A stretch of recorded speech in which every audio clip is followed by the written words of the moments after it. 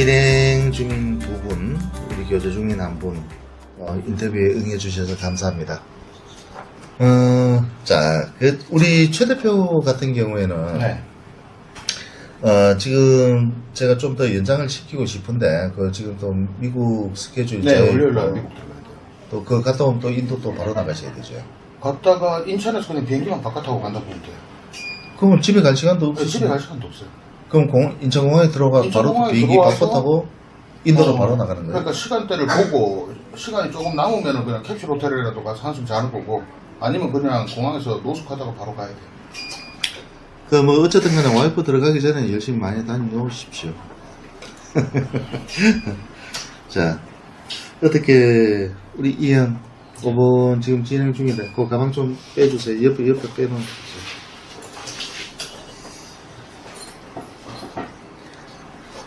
자, 지금 우리가 진행 중인데 5번에 뭐 진행하는데 괜찮으셨어요?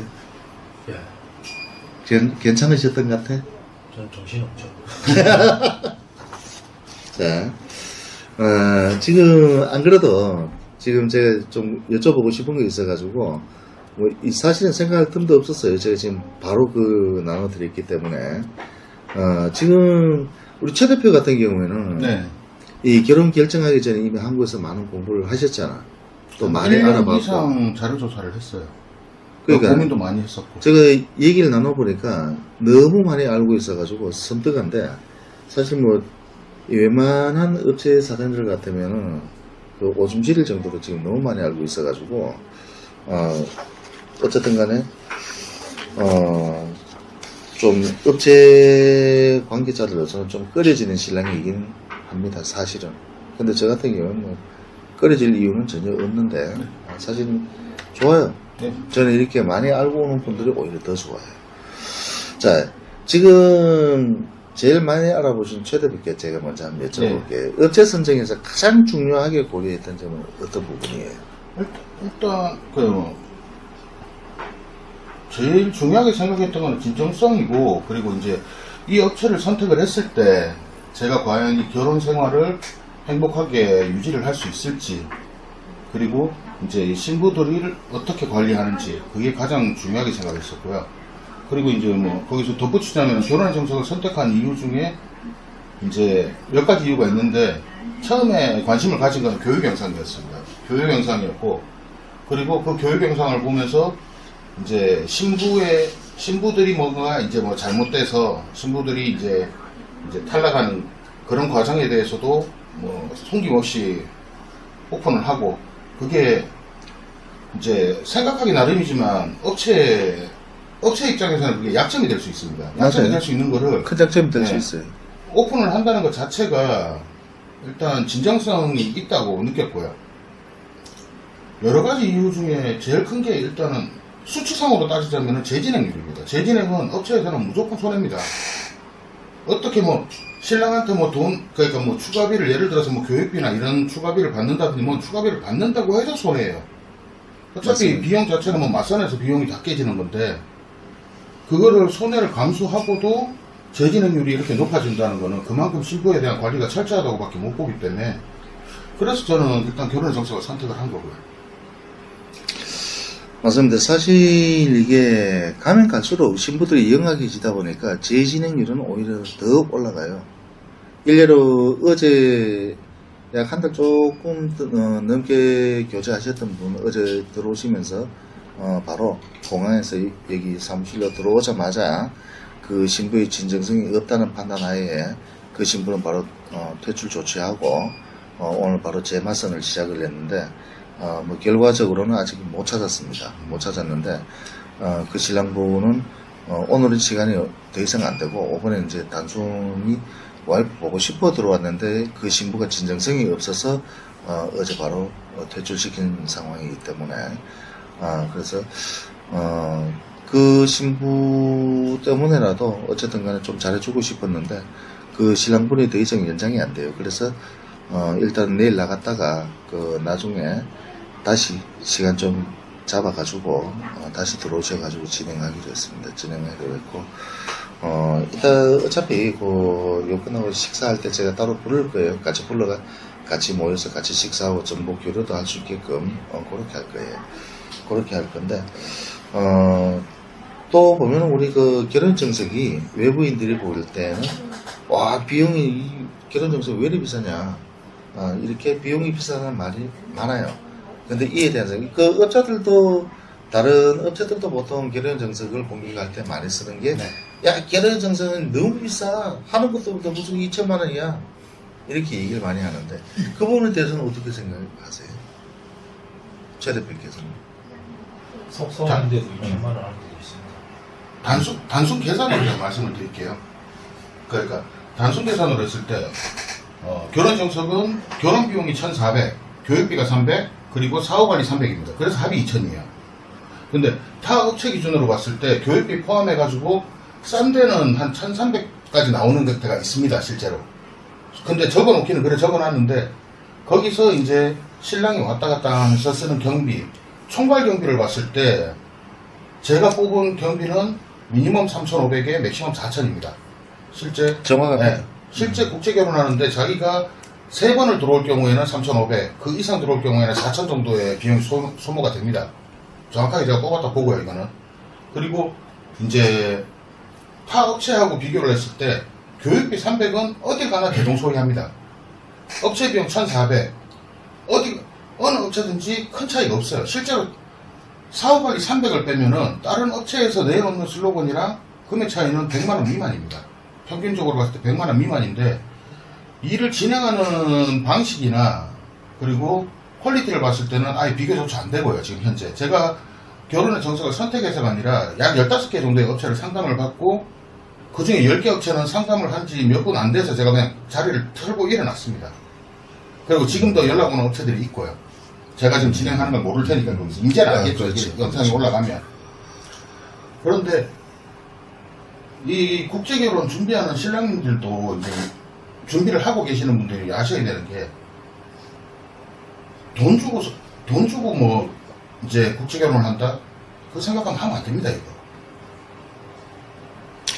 한국에서 맞아요. 그 부분에 대해서 저도 동감인 게 사실 우리 국내 결혼에서도 사실 우리 신랑분들이 국내 결혼에서 한 가정을 이루기까지 들어가는 비용을 계산한다면 오히려 국제 결혼보다 몇 배가 들어가요.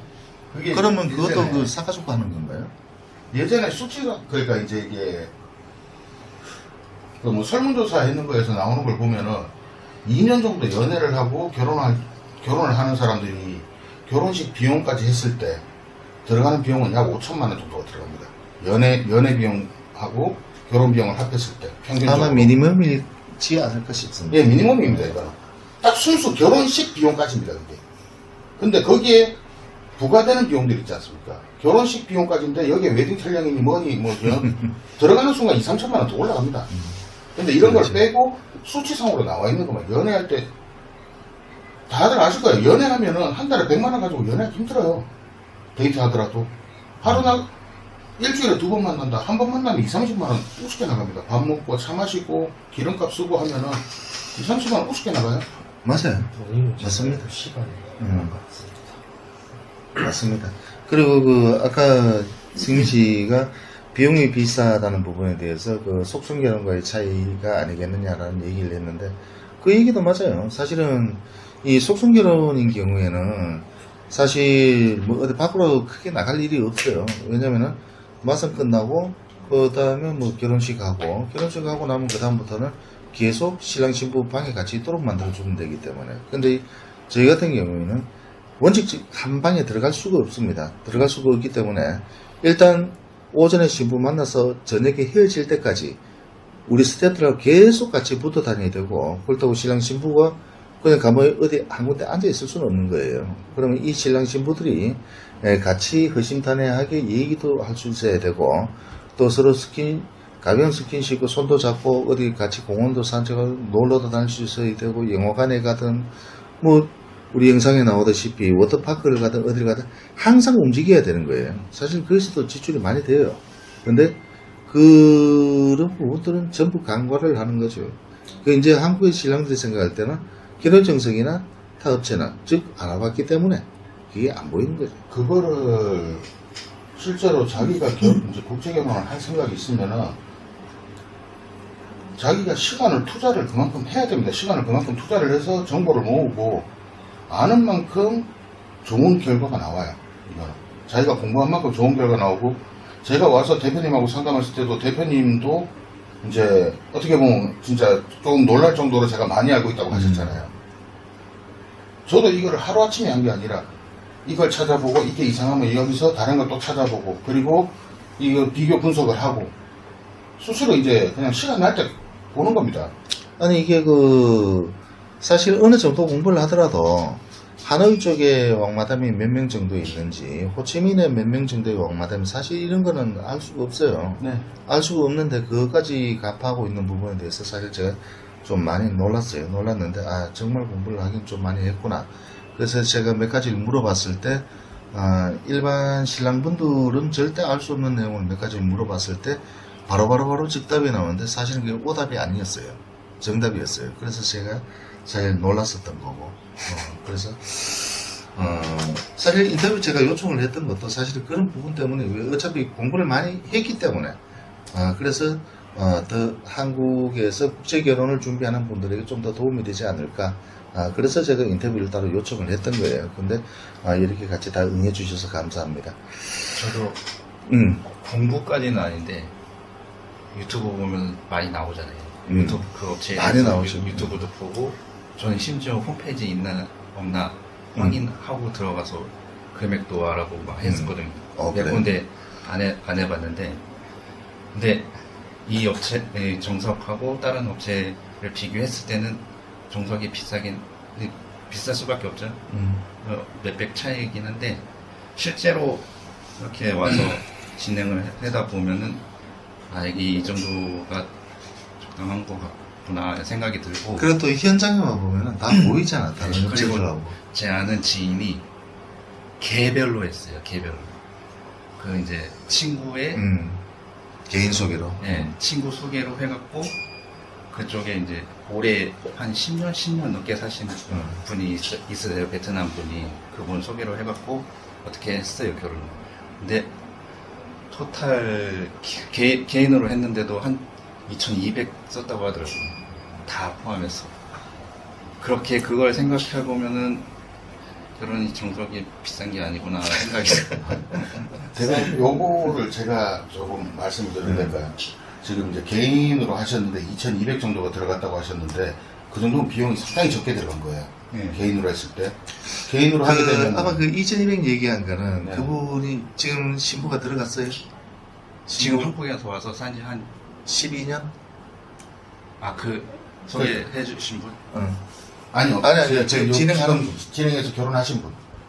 한국에 들어온 지 한 2년 소개한 분은 12년 됐는 분이고 지금 그 소개받아서 지인. 진행한 분은 지인분은 한국 들어가서 네, 지금 간 지가 들어왔어요. 2년. 네, 지금 임신 임신했고. 2년 정도 됐고. 그래가지고 2,200이면 매우 저렴하게 제가 진행된 거예요. 그것도 저도 이제 제 지인분들이 매우. 있어서 소개를 해준다고 하는 걸 제가 거부를 하고 지금 결혼식에서 왔는데 이제 보통 서류 대행만 하는데 300만 원에서 500만 원 받아갑니다. 업체에서. 맞습니다. 네, 서류 대행만 하는 업체들이 제가 알기로는 호치민에 한 6개에서 8개 정도 업체가 활동을 하고 있고요. 좀 이제 서류만 계속 완성하게 사람들. 하는 데가 그 네. 정도입니다. 그러니까 제가 그냥 대충 알아봤을 때 나온 업체가 한 6개에서 8개 사이였거든요. 그리고 이제 그렇게 하게 되면은 신부 측 집에 약간의 이제 좀 속된 말로 신부값이라고 해야 되나? 네. 그런 비용을 어느 정도 지불을 합니다. 마담비 대신 맞아요. 이제 업체에서는 마담비가 나가는 것처럼 그런 게 나가고 전통 결혼식에 대해서도 약 500에서 700만 원 정도가 소모가 됐을 거고요. 그리고 또 폐물비나 그리고 왕복 폐물비가 한 2, 300에서 아마 전통 결혼식하고 그냥 잡경비만 해가지고 그것만 한 1,000만 원 정도 나갔을 거예요. 그리고 그 다음에 이제 뭐 신부 집에 아마 한 500만 원에서 800만 원, 뭐 많게는 한 1,000만 원 정도인데 그 정도까지는 아닐 것 같고 그리고 왔다 갔다 하는 경비 생각하면 아마 2,200은 실제 소모 경비고 그 외 플러스로 자기가 왔다 갔다 한 경비는 포함이 안 돼 있을 겁니다. 거기에. 근데 신부가 그 수업 받을 동안 가고는 싶었는데 못 갔어요. 한 번도. 신랑이 한 번도 못 네. 가봤어요? 일이 정말 바빠갖고. 운이 좋으신 분. 전 그래서 예전에 한번 그 친구가 까무에서 했거든요. 음. 같이 전통을 내식하러 갔다 왔거든요. 아, 전에 얘기하셨던 네. 그분이구나. 그래도 상당히 운이 좋은 편이에요. 저도 한 상당히 소개로 좋은 한 편이에요. 3번, 4번 받아봤는데 음. 잘 안 되더라고요. 근데 막상 잘 됐다 해도 이게 어려울 것 같아요. 이제 이 친구는 가족 소개로 받았거든요. 저도 가족 소개로 받으려고 하다가 한 명을 받았는데 마지막 가족이라고 해갖고 받았는데 안 좋은 거예요. 여자분이 안 좋아갖고 파토 내고. 근데 실질적으로요, 이게 사고가 가장 많이 생기는 부분이 그 지인 소개예요. 지인 소개인데, 지인 소개 같은 경우에는 어떤 사고가 생기더라도 하소연할 데가 없잖아요. 네. 하소연할 데가 없다 보니까 신랑들이 전부 다 창피해서 입을 다물어요. 그래서 지금 밖으로 안 알려질 뿐이지 사실은 피해 사례가 어마어마합니다. 제가 그것 때문에 나 이제 더 이상 소개 안 받을게. 내가 알아보고 우리 나중에 내가 잘 되면 같이 그때 어울리고 같이 놀자 이런 식으로 해갖고 좀 그 친구 때문에 결혼하고 싶은 마음이 조금 더 생긴 거예요. 원래 빨리 하고 싶었는데 업체를 사람이 끼고 하다가 너무 잘못되면은 뭐 업체 가서 멱살 잡을 수 있지만은 지인 소개받은 지인 멱살 잡을 거예요? 그게 안 되니까 그걸 많이 들었거든요. 그 유튜브도 보고 해줬는데 이게 말이 안 통하니까 제가 알아서 다 해야 되는데 해석도 안 되고 번역도 안 되고 뭐 전통혼례식 때 얼마 내놔라 얼마 줘라 이 제일 큰 게 돈 문제더라고요. 맞아요. 이게 싸우게 맞아요. 되면은 또 안. 맞습니다. 보통 일반적으로 이제 그 베트남 가정에서 일반적인 중산층에서 결혼식 비용으로 요구를 하는 게 거의 기본이 1억 동에서 많게는 2억 동. 그 뭐 집집마다 틀리는데 네. 어떤 집은 터무니없이 요구하는 경우도 있어요. 터무니없이 우리가 들어도 황당한 경우가 많아요. 그러니까 저도 아까 뭐 카페나 이제 뭐 홈페이지 가입을 말씀하셨는데 제가 카페 가입된 게 한 20개 정도 있거든요. 지금은 이제 다 탈퇴를 시켰어요. 탈퇴를 시켰는 게 이제 이거 진행을 하면서 이제 있어봐야 좋을 것도 없으니까 그래서 탈퇴시키고 지금 밴드만 한 대여섯 개 정도 남아있더라고요. 이게 비용도 이제 아까 정석이 비싸다 하셨는데 그 들어가 보면은 교육비 별도로 해놓고 결혼식 진행 비용이 1,700만 원인 업체가 있어요. 그런 업체도 있고 기본적으로 교육비는 다 별도가 되어 있는데 일반 진행비는 기본적으로 1,400, 1,500 다 적혀 있습니다. 그러다가 교육비 붙고 하면은 업체에 들어가는 돈이 진짜 얼마 차이가 안 나요. 맞아요. 거의 1,800에서 왔다 갔다 다 합니다. 이제 사후 관리 이런 거 안 적혀 있는데 2천만 원 넘는 업체들도 상당히 많고요. 맞아요. 지금 정석 같은 경우에는 만약에 이수적으로 진행할 경우에는 뭐 교육비가 뭐 들어갈 게 아무것도 없어요. 그냥 2천원 끝나는 거예요. 교육비 뭐 이런 게 돈 문제가 아니고 돈 문제가 아니에요, 이거. 교육한다고 하는데 실질적으로 교육한다는 영상을 올리는 업체가 없어요. 네, 없어요.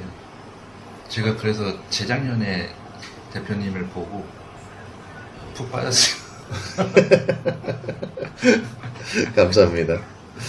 그때 알아보다가 좀 뜸했죠, 이제. 이게 생각이 없다가 이제 다시 이제 해갖고 막 찾아보려고 하는데 안 나오는 거예요. 근데 한참 지내서 알고리즘이 뜨더라고요. 아, 여기다. 됐다. 바로 대표님한테 연락드렸지. 그래서 좋은 신부 만났잖아, 지금. 네. 아마 그 신부 만나려고 그랬던 것 같아. 자, 그러면 지금 이렇게 진행하시면서 여태까지 뭐 따로 제가 말씀드린 외에 계약한 외에 추가 비용이 발생한 게 있나요? 추가 아니요, 비용. 말씀하신 걸 위에는 추가로 들어간 건 없습니다. 뭐 뒷방 챙긴 건 저는 없는 것 같은데. 없죠. 아유, 없죠. 제가 더 해드리고 싶죠. 아유. 자, 그리고 저희는 보통 이 혼인 신고 확정되기 전까지 최소 지금 의무교직 기간 2개월이라고 하지만은 실질적으로는 4, 5개월 정도는 기본적으로 교직 기간이에요. 교직 기간이고 그동안은 절대 부부 관계를 그만했는데 이것에 대한 생각은 어떠세요? 뭐 예를 들어서 아니 뭐 그 의무교직 기간만 지나면 뭐 둘이 같이 합방할 수 있는 거 아니냐? 왜 이렇게 그 길게 합방을 못하게 하느냐? 라고 할 수도 있는데 그 부분에 대한 생각은 어떠세요? 그거에 대해서는 그게 맞다고 합방 가능성 그게 맞다고 생각이 드는 게 아무리 이제 결혼 전제로 만나는 거지만 어떻게 2달, 3달, 4달 만에 어떻게 모든 걸 다 알 수 있겠어요. 그냥 평생 같이 살 사람인데. 저는 이게 교제 기간이 길면 길수록 좋다라고 생각해요. 그러니까 대표님하고 제가 뭐 어제도 저하고 이제 얘기를 따로 했었던 내용인데 이게 맞아요. 그러니까 말 그대로 이 기간을 길게 잡는 이유 중에 하나가 이 기간을 따라서 일단 합방을 초반에 막는 이유는 합방을 하면서 그러니까 베트남이라는 나라의 문화를 먼저 생각해야 되는 게 무조건 외국인이 불리하기 때문에 베트남도 자국민 우선주의법이 있습니다. 자, 이게 속성하시는 분들 중에도 보면은 신부가 문제 있으면 언제든지 깨드리겠습니다. 다시 재신행해 드리겠습니다 하는데 그 매우 위험한 소리거든요. 실제 그렇게 지키는 업체들이 없어요. 없어요. 거의 없어요. 왜 그러냐면은 자, 어쨌든 간에 말은 약혼식이라고 하지만 합방까지 했단 말이에요. 그러면은 중간에 명백한 신부의 과실을 입증하지 못하는데 그냥 단순히 어제 같은 경우죠. 네. 어제같이 신부의 이 진정성이 의심된다. 이 신부는 진정성이 전혀 없어 보인다. 이 신부하고 하면 나중에 큰 문제가 생깁니다. 안 됩니다. 여기서 그만하십시다. 이 신부 여기서 퇴출하고 새로 재시작합시다. 이렇게 수월하게 쉽게 할 수 있겠냐는 거지. 절대 불가능하다고 보거든. 합방을 하는 순간 빠꾸가 없어요. 빠꾸는 없어요. 빠꾸 할 수도 없고. 빠꾸가 아니라 그냥 바로 매너로 박히는 상황인데 그래서 제가 될 수 있는 대로 결혼식까지는 가능하면 왜? 아니 결혼식 날짜 잡아놓고도 깨지는 신부들도 있고 비자 접수해놓고도 깨지는 신부들 있고 비자 나와가도 깨지는 신부들도 있어요. 비자 나온 거 찢은 사람도 있지 않습니까? 있어요. 비자 나와갖고도 취소하는 신부들 있어요. 피자 나왔고 들어갔다 나온 사람들. 한국 가가지고 네. 뭐 여하고 약속하고 다르게 약속 안 지켜가지고 한국 가서 그냥 잡아 나오는 신부들도 있어요. 작년에 대표님 2번 출동하신 걸로 알고 맞아요. 어쨌든 간에 진정성이 없는 신부들을 걸러내기 위해서는 그 기간이 길면 길다라고 좋다라고 생각해요. 저는. 그래서 아까 했는 얘기지만 어제 들어온 신랑 한 분이 신부 보러 왔다가 1개월가량 교제를 했는데 신부의 진정성이 현재의 의심이 되어 교제를 중지시키고 오늘 재맞선 중인데 속성결을 진행했다면 이렇게 수월하게 재진행을 할 수 있다고 생각하느냐? 불가능하다고 이제 방금 우리가 결론을 냈잖아, 그죠? 근데 그 신부가 뭐냐면은 어제 어떤 일이 있었냐면은 합방을 재진행하기 힘들고 한번 실패하고 이거예요. 한 5년인가 동안은 이제 베트남하고 결혼할 수 있어요. 네. 5년 제한 걸려요. 한국법으로도 제한. 5년 제한 걸려요. 자, 이게 뭐냐면은 이게 그 신랑이 말하는 신부의 문제점이에요. 자, 이게 신랑이 말하는 신부의 문제점.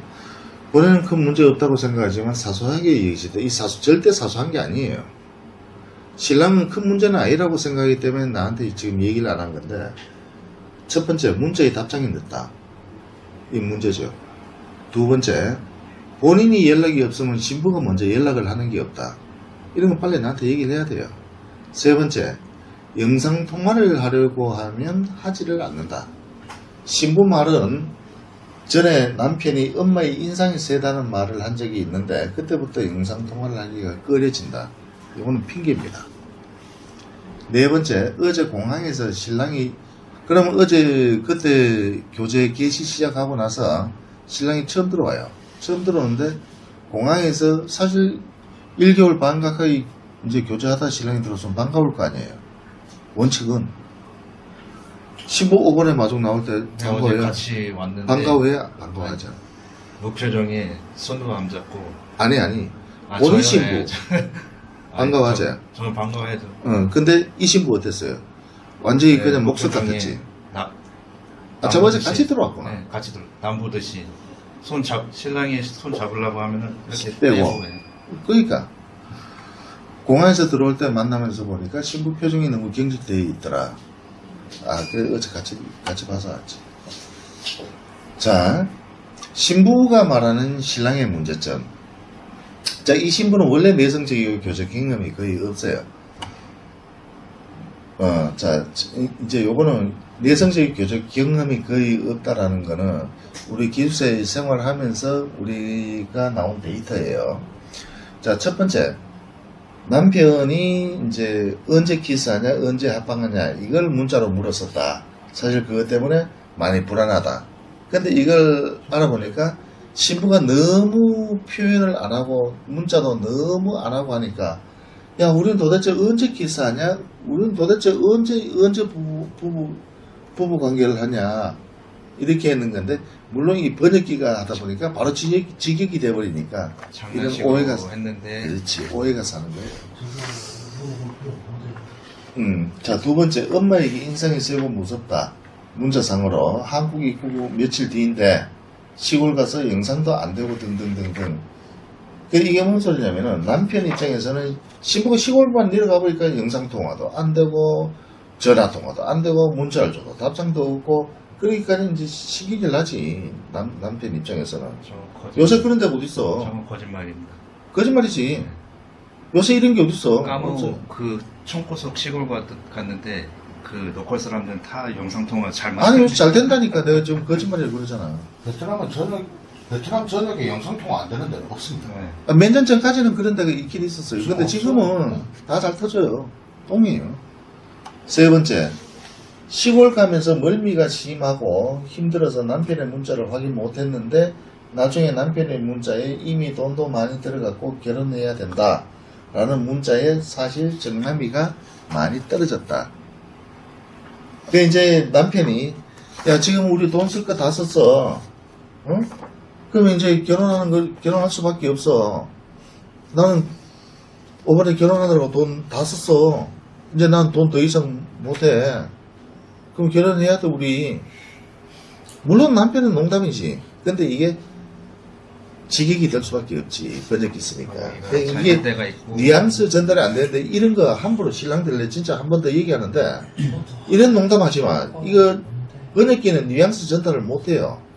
저거는 번역기 문제가 아니라 저거는 신랑이 잘못한 겁니다. 그건 신랑이 명백히 잘못한 거예요. 저런 내용이 번역을 해서라도 저런 내용이 나왔다고 하면은 저건 명백히 어쨌든 이거는 신랑이 잘못한 잘못한 거 맞아요. 신랑이 잘못한 거 맞지만 어쨌든 간에 이것 때문에 이 신부의 태도 문자에 답장이 늦고 본인이 연락이 없으면 신부가 먼저 연락하는 게 없고 영상통화를 하려고 하지를 않고 어제 공항에서 교제 이후에 한 달 반 만에 첫 만남인데 표정이 경직되어 있고 목적처럼 행동을 한다라는 거는 밑에 신랑의 과실을 다 덮고도 남을 만큼의 신부 잘못이에요. 신부 잘못이라기보다 신부가 남편에 대한 애정 자체가 없는 거예요. 마음이 없습니다. 전혀 없는 거예요. 그래서 어제는 이 신부는 바로 퇴출 조치했습니다. 만약에 이 신부가 열심히 교제를 같이 하려고 노력을 했는데 서로 성격이 안 맞아요. 그러면은 이 신부 보고도 너 기다리고 있어 좋은 남편 찾아줄게 라고 했겠죠. 근데 이 신부는 노력 자체를 안 하는 거예요. 그리고 우리한테 말 한마디도 안 하고 있었단 말이에요. 남편 들어오기 전날 우리한테 얘기했어요. 그거는 뭐냐, 면피를 하기 위해서. 분명히 남편 오면은 이 상황이 벌어질 거라는 걸 알기 때문에 먼저 미리 선수를 치는 거죠. 야가 빠진 거죠. 근데 그 정도는 안 속습니다. 그래서 어제 바로 퇴출됐고요. 자, 저희는 이수증이든 토픽이든 신랑이 선택할 수 있도록 하고는 있지만 아직까지 이수증을 원하는 신랑은 한 분도 없었어요. 이수증을 선택하면 비용도 줄일 수 있고 신부가 한국을 더 빨리 갈 수 있는데 왜 전부 다 토픽을 선택하나요? 그 이유가 뭐라고 생각하세요?